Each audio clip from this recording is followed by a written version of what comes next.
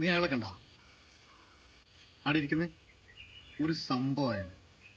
കൈനോട്ടം, മുഖലക്ഷണം എല്ലാം കറക്റ്റ് പറഞ്ഞ അച്ചട്ടം. നീയല്ല ഇപ്പൊ ഇതിലെല്ലാം വിശ്വസിക്കുന്നുണ്ടല്ലോ. ഇപ്പൊ ഒന്നും ആരും വിശ്വസിക്കുന്നില്ല. എനക്ക് പിന്നെ പണ്ടേ വിശ്വാസമില്ല. അവിടെ നമ്മൾ ദൈവത്തിൽ വിശ്വസിക്കുക. പിന്നെ മറ്റുള്ളവർക്ക് എന്തിനാ പൈസ കൊടുക്കുന്നത്? അവരെ വയറ്റപ്പുഴപ്പാന്ന് വേറെന്നാ. ഇയാളെ പോലത്തെ നല്ല ആളെ നീ കണ്ടിട്ടില്ല. ഇയാളടുത്ത് പോയി നോക്ക്, അന്നേരം അറിയാൻ നിൽക്ക്. ഈ പറയുന്ന നീ ഇയാളെ നോക്കിനാ? ഞാൻ നോക്കിയിട്ടൊന്നുമില്ല. പക്ഷെ ഇയാളെ പറ്റി എല്ലാവരും നല്ലതാ പറയുന്നത്. നീ എന്തെല്ലാം പറഞ്ഞാലോ അനക്ക് ഈ വലിയ വിശ്വാസമൊന്നുമില്ല. നീ നോക്കുന്നതോ നോക്കോ.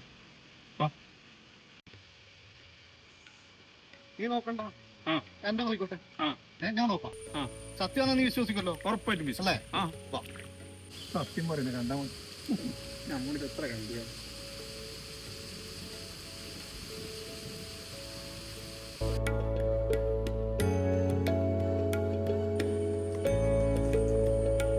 സത്യമായിട്ട് പറയൂ, ദേഷ്യപ്പെട്ടൊരു കാര്യമില്ല.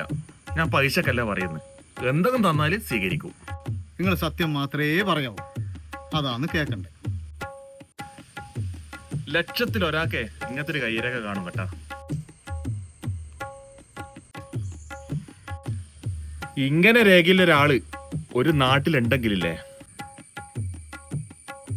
നിങ്ങൾ നിൽക്കുന്ന നാടും നിങ്ങളെ ചുറ്റുപാടും താഴോട്ട് പോകും കേട്ടാ. അത് നിങ്ങളെ തെറ്റല്ല, രേഖയാണ്. ബാക്കി പറ. ഇനി മറ്റൊരു കാര്യം എന്ന് വെച്ചല്ലേ, നിങ്ങളെ സുഹൃത്തോ എന്തെന്നൊരു ബിസിനസ് തുടങ്ങിയാലോ നിങ്ങൾ പോലും നാശത്തിലേക്കേ പോവും. ഞാൻ ഇപ്പൊ ബിസിനസ് ഒന്നും ഉണ്ടാക്കുന്നില്ല, നിങ്ങൾ ബാക്കി പറ. ക്ഷിപ്രകോപിയാന്ന് അതിൻ്റെ അകത്ത് കാണുന്നുണ്ട്. അതും ഒരു നാശത്തിലേക്ക് പോകാൻ കാരണമാണ് നിങ്ങള്.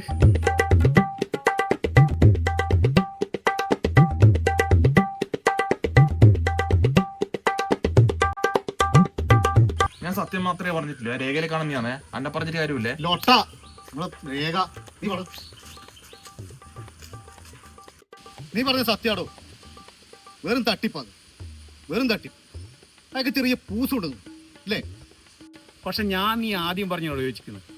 എനിക്ക് ഇതെല്ലാം കേട്ടേരാന്ന് ഇതിൽ വിശ്വാസം പറഞ്ഞത്. കൈനോട്ടം 100% ശരിയാണ്. സത്യമായിട്ട് നീ വാ. എന്തെല്ലാം കാര്യമില്ല, ഇങ്ങനെ പറയും ഒരാൾ.